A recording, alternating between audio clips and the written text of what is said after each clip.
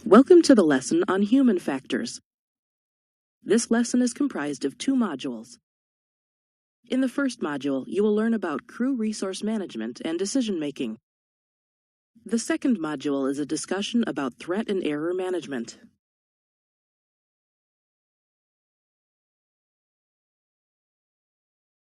Human factors is a science that focuses on the physical and psychological aspects of how the pilot interacts with the airplane, airline personnel, crew members, and policies.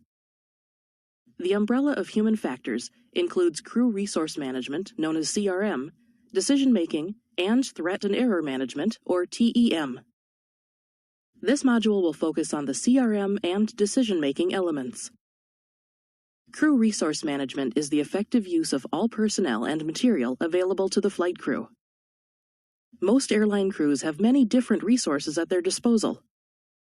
Other flight crew members provide valuable experience.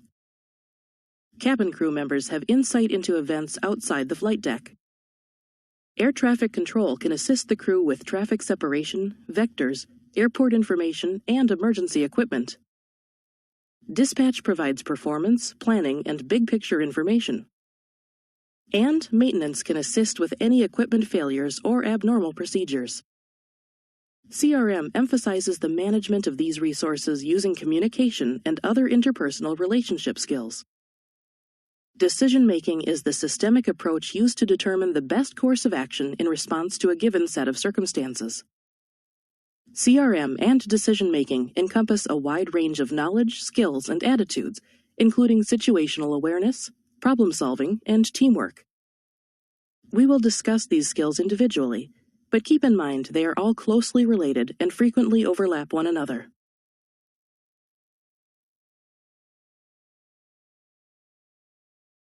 How you manage yourself and your resources determines not only your effectiveness, but the effectiveness of the crew as well. Due to the complexity of modern aircraft and airspace, it is more important than ever for crews to apply exceptional CRM skills. Statistics show that over 60% of all accidents are caused by human factors and lack of proper resource management. Your technical and procedural knowledge are the foundation for good CRM skills. The more proficient you are as a crew member, the easier it is to integrate CRM behaviors and techniques into your flying habits. One common misconception is that crew resource management lessens the captain's authority.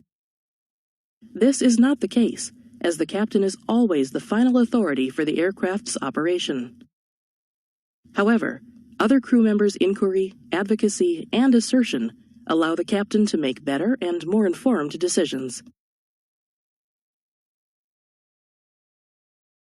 One of the central principles of good crew resource management is effective communication skills. Crew members must be able to communicate effectively with each other on both a personal and professional level. Any breakdowns in this communication process can lead to benign misunderstandings, errors, or even an accident. The following examples illustrate how the lack of effective communication can cause an accident. In 1977, at Tenerife in the Canary Islands, a KLM 747 and a Pan Am 747 collided, resulting in the worst disaster in aviation history. Much of the cause of this accident was contributed to heavy accents and improper terminology among the Dutch crew, Spanish controller, and the American Pan Am crew. In 1990, a Colombian Avianca 707 crashed while circling outside Kennedy Field in New York due to fuel starvation.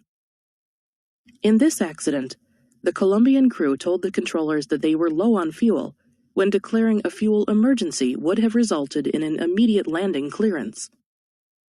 While these examples illustrate the consequence of poor pilot-controller communication, crew communication is just as important.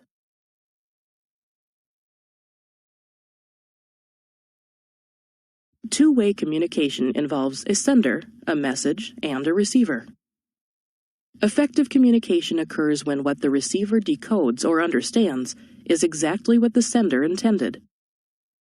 A failure of this process results in a breakdown of communication and a resultant misunderstanding. In the process of communicating, barriers may disrupt the transfer process. Examples of barriers to communication include noise from the surrounding environment, multiple communications happening at the same time, fatigue and stress, distractions, ambiguous wording, lack of credibility, lack of rapport, and the use of complex jargon. Cultural differences between crew members can also be a barrier to effective communication. In this world of cultural diversity, it is not uncommon to have two pilots with completely different backgrounds. These backgrounds include different past experiences and interpretations of meanings. When a cultural difference exists, care should be taken to ensure there is a common understanding of what is being said. Effective communications can also be hindered by a person's rank in the flight crew. The captain, as we know, is directly responsible for, and is the final authority to, the operation of the aircraft. A first officer must be able to act as both an assertive individual and as a subordinate in a team atmosphere. Speaking up and voicing an opinion to a superior can be difficult for some. A very fine balance between being assertive and being subordinate must be constantly maintained for proper communications to occur. Not speaking up can have tragic results, as illustrated by Air Florida Flight 90 that crashed into the Potomac River in Washington, D.C. This crash occurred because ice had built up on the engine probes, and the engines failed to reach maximum takeoff thrust. Here is a transcript of the takeoff. In this example, the first officer notices something wrong with the engine instruments. In fact, the first officer states that something is not right multiple times throughout the takeoff roll. However, the captain disregards his concerns and continues the takeoff. If something doesn't look right, call abort during takeoff or go around during landing. This is a case where lack of decisive communication was a factor in an accident. The following are some techniques that can be used to promote a course of action you feel to be correct, even if it involves conflict with others. State your information with appropriate persistence until there is a clear resolution. Question the actions and decisions of others. Seek help from other crew members when necessary. Always question the status and programming of automated systems to confirm situational awareness. And, if you are in a position of leadership, encourage questions and answer them openly and non-defensively.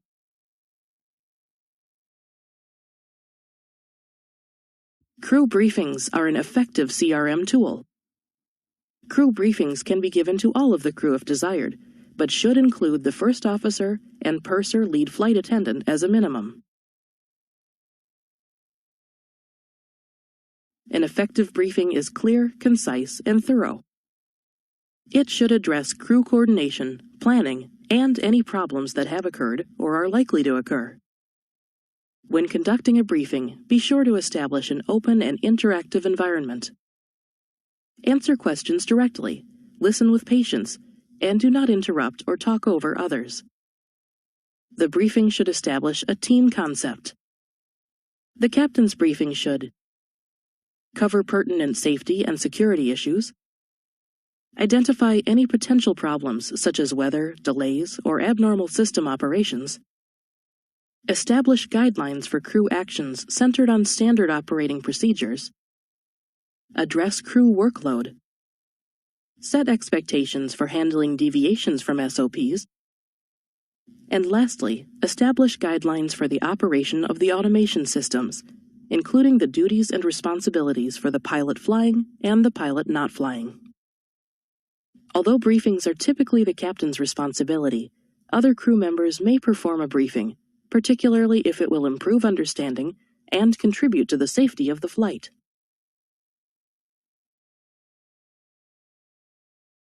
Good communication skills provide the foundation for good decision-making. Decision-making is the process of reaching a judgment or choosing an option. It involves defining the problem, generating options, assessing the risks and benefits, and finally selecting an option to adopt. The first step in defining a problem is to gather all the relevant information. All likely causes of the problem should be listed before considering a resolution. Having multiple options provides the best odds for success. Be sure to discuss alternative courses of action and ask other crew members for their opinions. Once options have been defined, the risks and benefits should be considered. Brief and discuss these risks and benefits to determine the best course of action. After the discussion, choose an option based on the discussions and available information. After a decision has been made, ensure that all crew members acknowledge and understand the decision. In order to operate safely and efficiently, the flight crew members must act as a coherent team. The extremely low accident rate in commercial aviation demonstrates the success of this teamwork. However, accidents do occur, and in the majority of cases, the crew's performance is cited as a contributing factor. The team itself, not the aircraft or individual pilots, is the root of most accidents and incidents. Good teamwork is a consequence of anticipation and crew coordination, resulting in a smooth and seamless completion of tasks. The skills required for successful teamwork are not always natural. They must be learned and supported through CRM training and practice.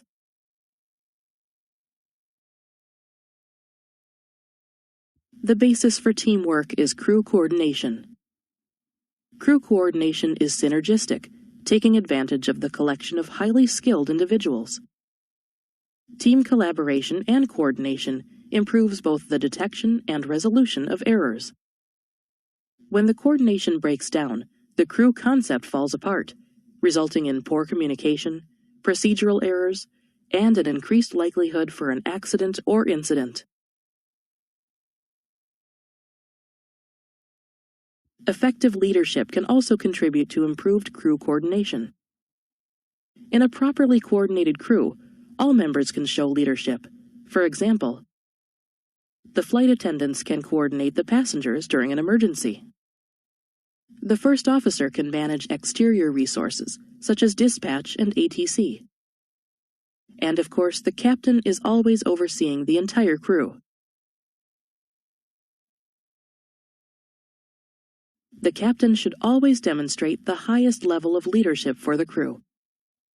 He or she must balance assertiveness with crew member participation.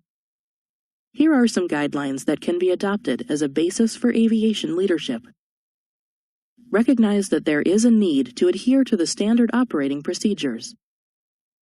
Allow a group climate appropriate to the situation. For example, social conversations are appropriate during low workload times, but should not occur during high workloads. Recognize the effects of stress and fatigue on an individual's performance. Manage the time available for tasks to be completed. Provide timely decisions when necessary. And finally, when automation decreases situational awareness, reduce the levels of automation appropriately.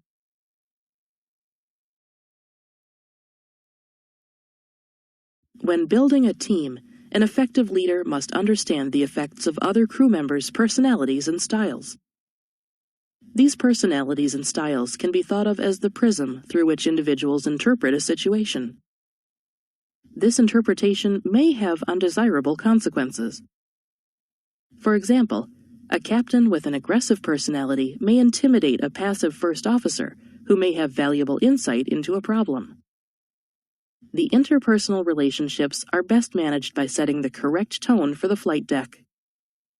For example, be relaxed, friendly, and supportive. Remain calm under stressful situations.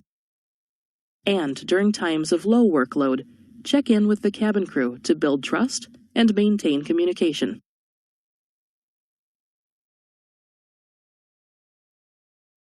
The effectiveness of a team or individual can be determined by how they respond to the various demands placed upon them. Commercial flying has always been somewhat of a dichotomy. Much of the time there are few tasks and too much time. At other times there are too many tasks and not enough time. The ideal situation would have the flight crew at peak alertness all the time, and the workload demands would never exceed their ability to cope. Unfortunately, this is not always the case. The demands of flying the airplane, running abnormal and normal checklists, communicating with ATC, the cabin crew, dispatch, and maintenance personnel can easily exceed your multitasking abilities. Fatigue, stress, or interpersonal issues can further complicate the situation and increase the risk of an accident.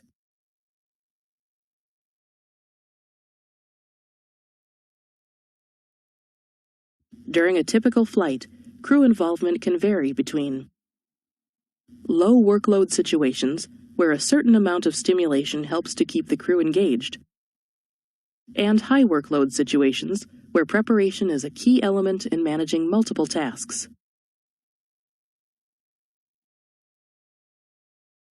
As a member of a flight crew, it is essential to remain vigilant at all times. When there is too little stimulation, boredom and complacency can set in. This is typically a concern during longer flights. In these flights, the workload tends to come at the beginning and end of the flight, with low workload in the middle. Complacency should be avoided by performing housekeeping duties and preparing for the high workload situations. Reactions to overloading can vary between individuals. Some people enjoy being overloaded, can easily complete multiple tasks, and seem to thrive on stress. On the other hand, there are others who may become overwhelmed when required to accomplish more than one task at a time.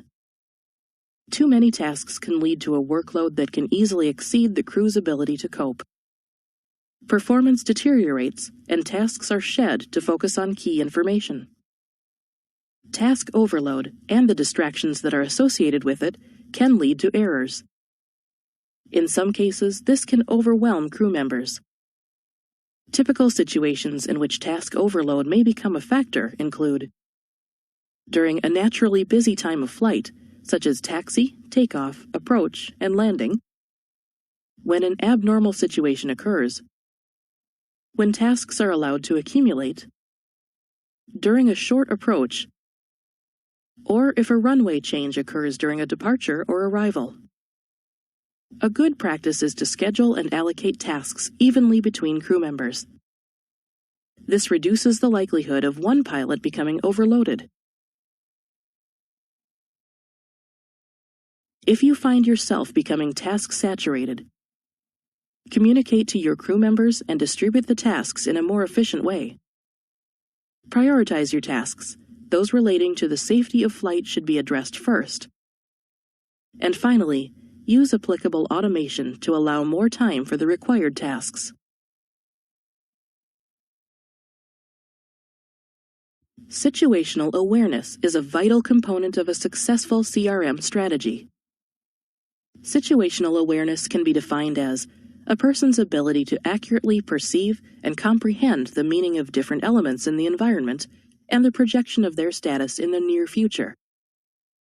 Good situational awareness is more than just perception. It is also understanding the meaning of what you perceive and anticipating changes. Good decision-making is impossible without good situational awareness. However, since situational awareness is a perception of reality, it is quite possible for each crew member's perception to differ. The Air Florida 90 crash in Washington, D.C. that we discussed earlier is a good example of different perceptions. The first officer believed that the engine instruments were indicating an abnormal situation. The captain believed they were normal. Good communication and teamwork fosters a common perception of the state of the aircraft and the surrounding environment.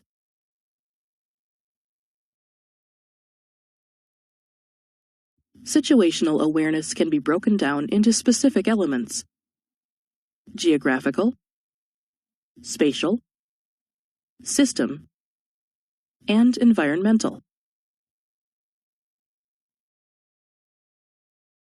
Geographical situational awareness includes knowing the location of your aircraft, other aircraft, terrain, navigation waypoints and fixes, and your path.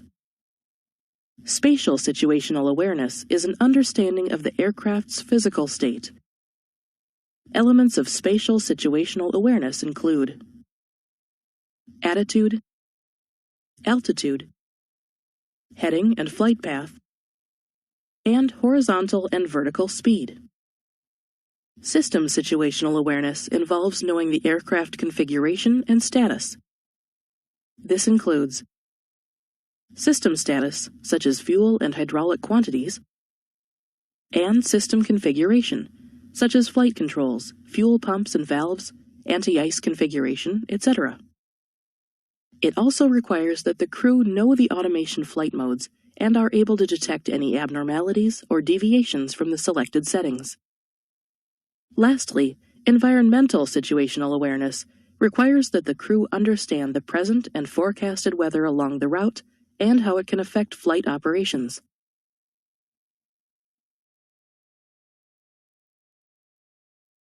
As human beings, we can only process a limited amount of information and cannot attend to all sources of information at one time. While training can help develop good situational awareness strategies, we must understand our limitations. It is important to recognize when you or your crew has lost situational awareness. This loss can be attributed to ambiguity, fixation, or confusion. Here are some examples. Ambiguity when information from two or more sources doesn't agree. Fixating on one thing to the exclusion of everything else. Failing to fly the aircraft by focusing on non-flying activities. Failing to look outside the aircraft. When everyone is head down, it is difficult to maintain situational awareness. Failing to meet expected checkpoints, ETAs, or fuel burn on the flight plan. Failing to adhere to SOPs. Failing to comply with limitations, minimums, and regulatory requirements. Failing to resolve discrepancies, contradictory data, or personal conflicts. And lastly, failure to communicate concisely and effectively. There are steps that the flight crew can take to prevent the loss of situational awareness, starting at the pre-flight phase. During your pre-flight briefing, determine the crew roles for high workload phases of flight. Develop a plan and assign responsibilities for handling problems and distractions. Solicit input from all the crew members, including cabin, ATC, maintenance, and dispatch. Rotate attention from the plane to path to people. Don't fixate on any one item. Continuously monitor and evaluate your current status relative to your plan. Always project ahead, considering all contingencies. Focus on the details while scanning the big picture. Create visual and/or oral reminders of interrupted tasks. And watch for any clues and speak up when you see situational awareness breakdowns.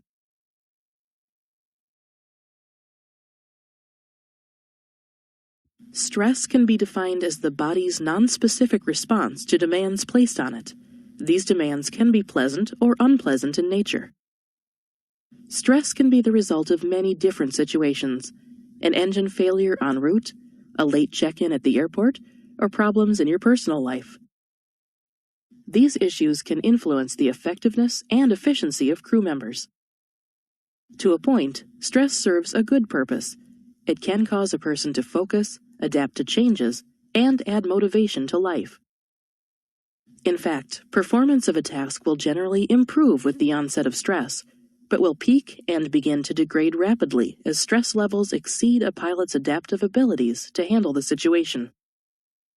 As a result, an increase in the level of stress tends to increase the likelihood for pilot error. Accidents in aviation have occurred when task requirements exceed a pilot's capabilities. The difference between the task requirements and the pilot's capabilities is referred to as the margin of safety. Stress increases as task requirements increase, reducing the margin of safety and increasing the possibility for an error or accident. The lowest margin of safety occurs during approach, when task requirements are at a maximum. Adding any stress, such as fatigue or personal problems, can decrease the safety margin to an unacceptable level. Stress can build up slowly as the result of cumulative events, and can become established well before it is apparent. Pilots may be unaware they are stressed until they are presented with an unusual or busy workload. Excessive stress due to these events may result in a decline in judgment and performance. Therefore, it is important to recognize when stress levels are high and react accordingly.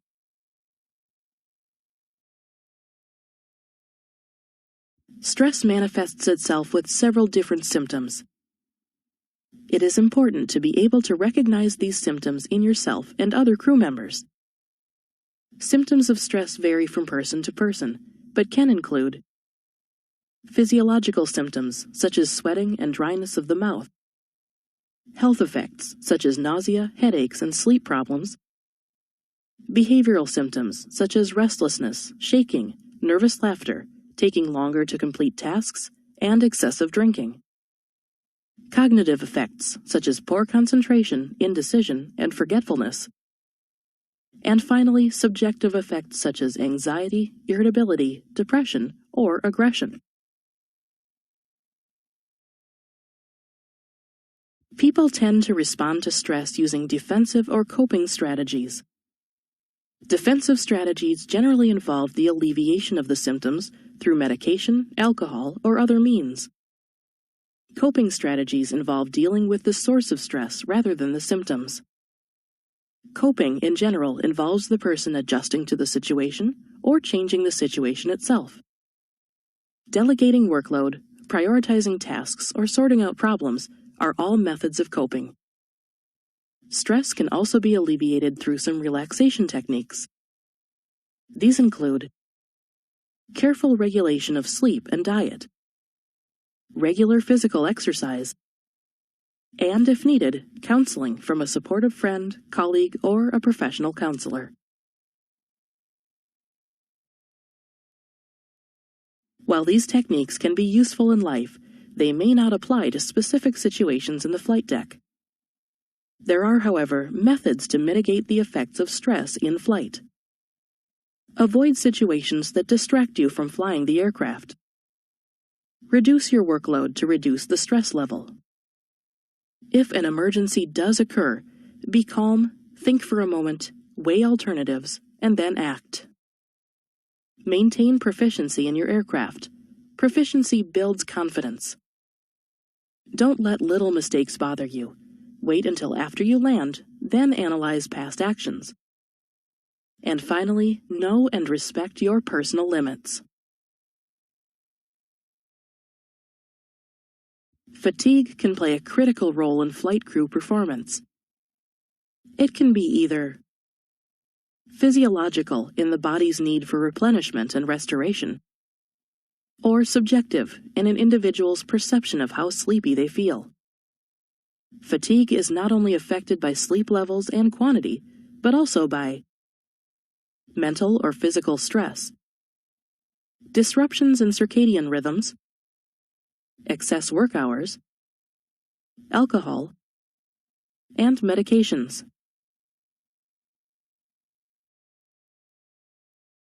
Fatigue can affect people in different ways. It can diminish perception, causing a general lack of awareness, slow down motor skills and reactions, compromise short-term memory, and reduce the ability to prioritize and complete important tasks. The resultant poor judgment and decision-making may result in mistakes which could compromise the safety of the aircraft.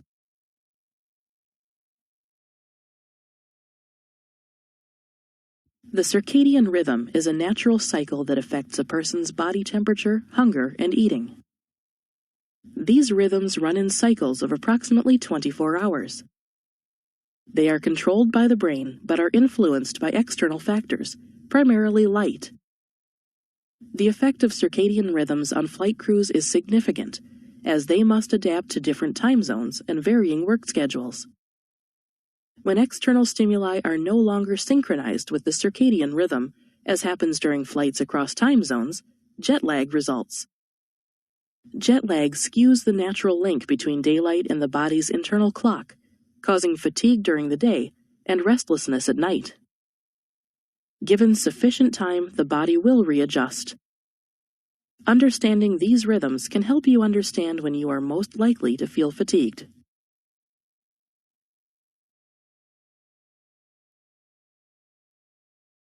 Sleep is a necessity of life. It is a natural state of reduced consciousness that restores the body and brain. Most individuals require approximately 8 hours of sleep in any 24-hour period. A short-lived bout of insomnia is generally nothing to worry about. The bigger concern is chronic sleep loss, which can contribute to health problems and is the most significant factor contributing to fatigue. Ensuring you get adequate sleep is the best way to avoid fatigue.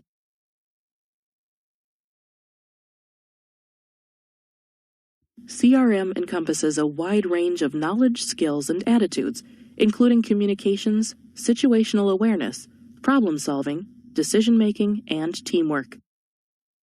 It has contributed significantly to the reduction of pilot errors, and as a consequence has improved flight safety. Effective CRM and decision-making adds to the synergy of the crew, but it must be remembered that no amount of CRM can make up for basic flying skills.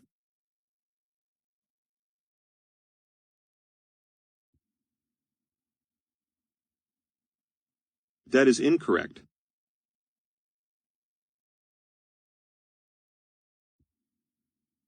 That is incorrect.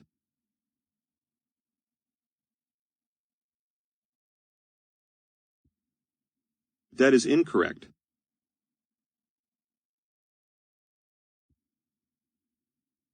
That is incorrect.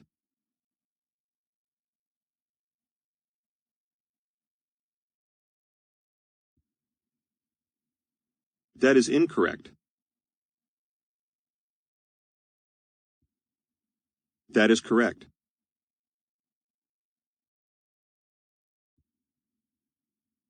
That is incorrect. That is incorrect.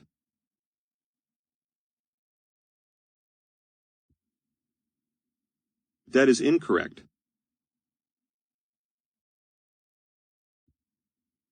That is correct.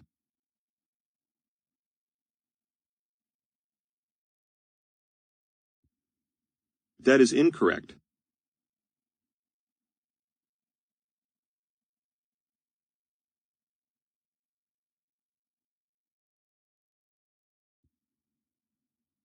That is incorrect.